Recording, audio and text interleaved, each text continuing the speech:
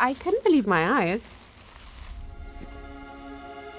I had seen a black and white image of it, but I had no idea of the colors, of the fineness, even of the charming size. It's the perfect work of art. The most fascinating part of this is that it has a concealed compartment holding the secret of its own identity.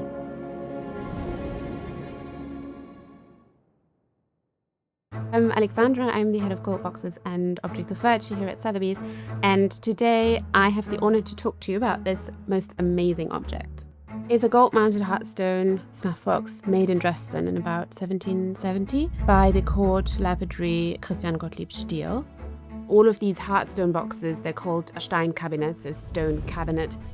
It's rare because Stiehl, in his very long career between 1708 and 1792, only made 10 of them. Also, it's incredibly rare to have a stone cabinet in this condition. And one of Stiehl's specialities was to mount very thinly cut hardstone panels, ajour, so they're held in place by these tiny gold wires alone, rather than inset on a prepared ground. Because when you think about it, one of these tiny, not even a millimeter wide cloisons has to hold both the hardstone panel on the left and on the right, which requires extreme technical mastery. The surface is so polished that wearing gloves is actually a bit more risky.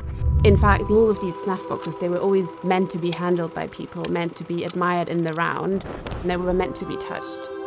It was made in a context of scientific interest and beauty, and also sort of more regional natural interest, because most of the stones were mined in the Ore Mountains in Saxony, which is where the box was made.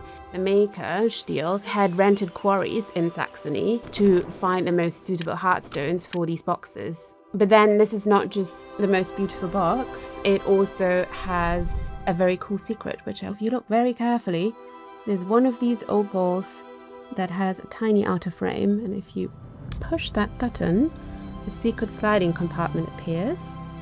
It also still contains the original booklet, a handwritten booklet that lists all the stones that are used on the lid, the sides, and the base of the box. According to the cover, it says Catalogue de toutes sortes de pierres qui se trouvent en Saxe, so all the hardstones that occur in Saxony. The booklet is both written in French, obviously the official court language, and in German, which is incredibly rare. It's honestly really, really cool, because if you look at this box and you think, oh, well, that's a very nice stone, I want to see which number 42 is. You go to number 42 on the couvercle, and you can see, oh, it is agate from Freiburg. And then number 19, which I actually found quite intriguing because it's quite unusual to have a white stone on boxes at that period. So let's just check what that could be. 19 is an opal from Eibenstock. It's all very, very well thought through, and nothing's left to chance on this box. Only 10 of his boxes are recorded, so 4 are in museum collections. The 6 others are in private hands. This one is from the collection of Maurice Tempelsman, the last companion of Jackie Kennedy Onassis. And it hasn't been seen since the 60s. It hasn't actually been in the public eye for much longer. It was sold at Hotel Drouot in Paris in 1906, and then it's listed once again with a black and white image in 1935.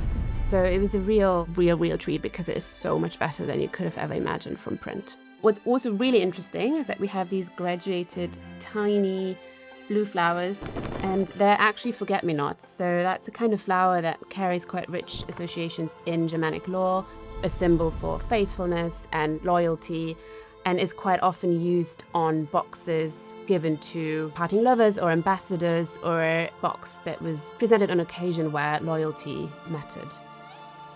To me, really, this is not just a small, beautiful treasure. There's this really intricate crossover between cabinet of curiosities and interest in minerals and art and beauty and technical mastery, obviously.